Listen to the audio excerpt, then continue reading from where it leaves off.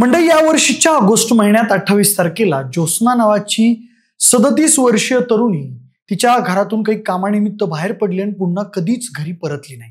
ज्योत्स्ना नागपूरमध्ये राहत होती.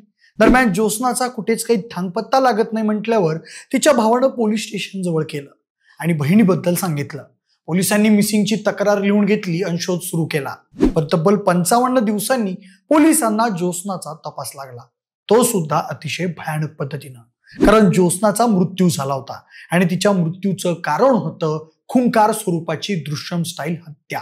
नेमकं काय घडलं होतं ज्योत्स्नासोबत, त्याचीच ही सगळी चित्तथरारक गोष्ट. नमस्कार, मी प्रथमेश आणि तुम्हाला तर माहितीये आपला विषय असणार. मंडळी, काही वर्षांपूर्वी आलेला अजय देवगणचा दृश्यम सिनेमा तुम्ही पाहिला असेल. त्या सिनेमात अजय देवगणच्या फॅमिलीच्या हातून एका वरिष्ठ पोलीस अधिकाऱ्याच्या उडाणटप्पू मुलाचा खून होतो. पण अजय देवगणला त्या खुनाच्या चार्जमध्ये त्याच्या कुटुंबाला अडकू द्यायचं नसतं, म्हणून तो थंड डोक्यानं बॉडीची विल्हेवाट लावतो. तो ती बॉडी अशा ठिकाणी लपवून ठेवतो जिथं शोधण्याचा विचार पोलीस 7 जन्मात पण करणार नाहीत. तो चक्क जिथं नवीन पोलीस स्टेशनचं बांधकाम सुरू असतं तिथल्या फ्लोरिंग मध्ये पोराची बॉडी लपवून ठेवतो. सेम सिनेमातल्या याच घटनेसारखं एक हत्या प्रकरण नागपूरमध्ये घडलंय. त्याचं झालं असं, ज्योत्स्ना आकरे नावाची 32 वर्षांची तरुणी ही मूळची कळमेश्वरची रहिवासी आहे. पण ती मागच्या काही काळापासून नागपुरात मैत्रिणीसोबत भाड्यानं घर घेऊन राहत होती. तिथल्याच MIDCतल्या TVS शोरूम मध्ये ती काम करायची. दरम्यान 28 ऑगस्टला रात्री 8:30 वाजण्याच्या सुमारास ज्योत्स्ना घरातून गेली, पण सकाळ होऊनही ती माघारी परतली नाही. तिची काळजी वाटू लागल्यानं ज्योत्स्नाचा भाऊ रिद्धेश्वर आकरे चिंतेत पडला आणि त्यानं 29 ऑगस्टला बेलतरोडी पोलीस स्टेशनमध्ये बहीण बेपत्ता असल्याची तक्रार दिली. दरम्यान पोलिसांनी मिसिंगची तक्रार नोंदवून घेत ज्योत्स्नाचा शोध सुरू केला. सुरुवातीला अपहरण झाल्याच्या दृष्टिकोनातून पोलीस तपास घेत होते. त्यासाठी त्यांनी रिद्धेश्वर कडून ज्योत्स्नाचा मोबाईल नंबर मागून घेतला होता. पण जेव्हा जेव्हा पोलिसांचे सायबर तज्ज्ञ ज्योत्स्नाचा मोबाईल ट्रेस करण्याचा प्रयत्न करायचे तेव्हा ते वेगवेगळं लोकेशन दाखवायचं. बराच काळ हा टॉम अँड जेरीचा खेळ खेळून झाल्यानंतर पोलिसांनी ज्योत्स्नाच्या केसमध्ये अपहरणाचा अँगल बदलून वेगळं काही लीड मिळतंय या दृष्टीनं तपास सुरू केला. दरम्यान एके दिवशी त्यांना कळलं की ज्योत्स्नाच्या फोनमधलं सिम कार्ड कुणीतरी बदललंय. त्यावरून त्यांनी तपासाला अधिकची गती देत त्या मोबाईलमध्ये जो नवीन नंबर ऍड झालाय त्यावरून कॉल लावला, तर समोरून एक ट्रक चालकाने फोन उचलला. तो हैदराबादमध्ये असल्याचं पोलिसांना कळालं आणि पोलिसांनी त्याला पोलीस स्टेशनला बोलावून घेतलं.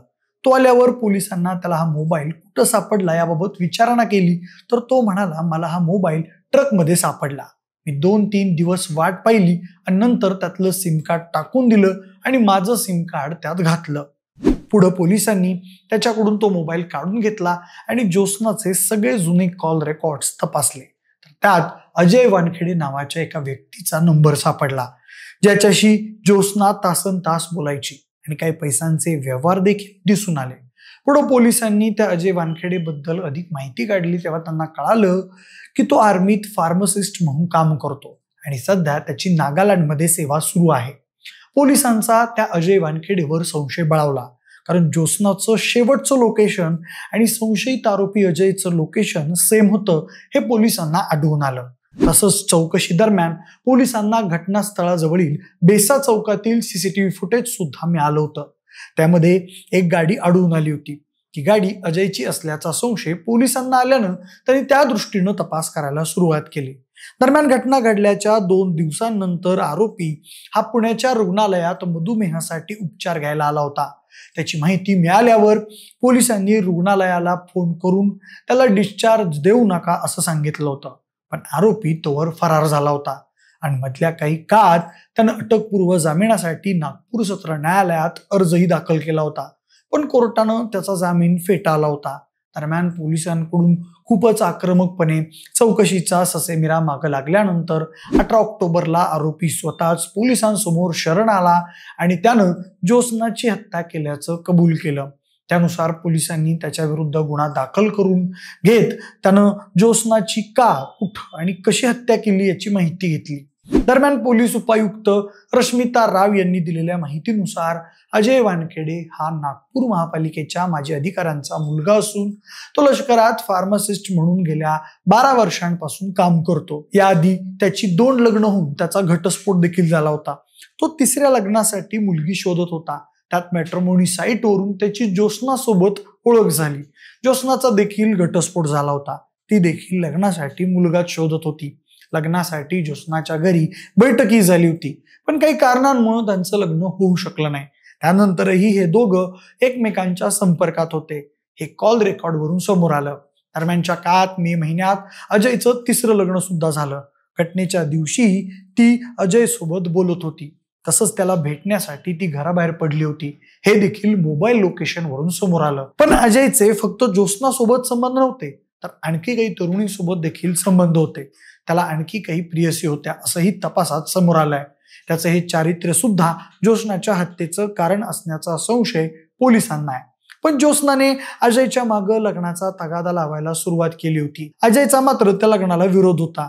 शेवटी ज्योत्स्ना ऐकत नाही म्हटल्यावर आर्मी जवान अजयने अखेर तिच्या हत्येचा कट रचला। अजयने ज्योत्स्नाला बुटीबोरी जवळील एका निर्दय स्थळी नेलं। तिथं तिला दारू पाजली आणि बेशुद्ध झाल्यावर तिची हत्या केली। त्यानंतर तिचा मृतदेह बुट्टीबोरी भागात रेल्वे रुळाच्या जवळ दाट झाडी असलेल्या परिसरात पुरला। पुढे पुरलेल्या ठिकाणी झाडाचे पत्ते, फांद्या आणि दगड ठेवून मृतदेह आणि एकूणच घटना लपवण्याचा प्रयत्न केला। त्यानंतर तिथं सिमेंटनं फ्लोरिंग करून घेतलं, जेणेकरून तिथल्या घटनेचा काही सुगावा पोलिसांना लागू नये। पुढे हत्या केल्यानंतर त्यानं ज्योत्स्नाचा मोबाईल हा वर्धा रोडवरून प्रवास करताना एका ट्रक मध्ये फेकून दिला आणि तो मधुमेहाचा इलाज करण्यासाठी पुण्यात निघून आला। तिथं त्यानं स्वतःला लष्कराच्या रुग्णालयात दाखल केलं होतं। आता हा सगळा प्रकार उघडकीस आल्यानंतर पोलिसांनी ज्योत्स्नाच्या मृतदेहाचे अवशेष तपासणीसाठी पाठवले आहेत। हा सगळा पूर्वनियोजित हत्येचा कट होता असंही पोलीस उपायुक्त रश्मिता राव यांनी सांगितलंय। आरोपी अजयला मधुमेहाचा गंभीर आजार आहे। कधीही त्याच्या रक्तातील साखर वाढून तो बेशुद्ध होऊ शकतो।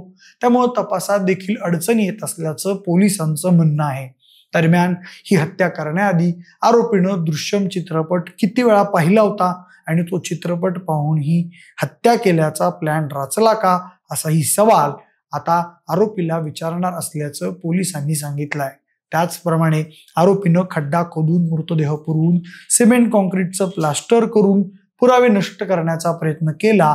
ते काम त्याने एकट्यानं केलं की आणखी कोणी या गुन्ह्यामध्ये सहभागी होतं, याचाही तपास बेलतरोडी पोलीस करत आहेत। तुम्हाला घटनेची स्टोरी ऐकून नेमकं काय वाटलं ते आम्हाला कमेंट करून नक्की सांगा। सोबतच आपल्या विशेष भारी या YouTube चॅनलला देखील सबस्क्राईब करायला अजिबात विसरू नका। धन्यवाद।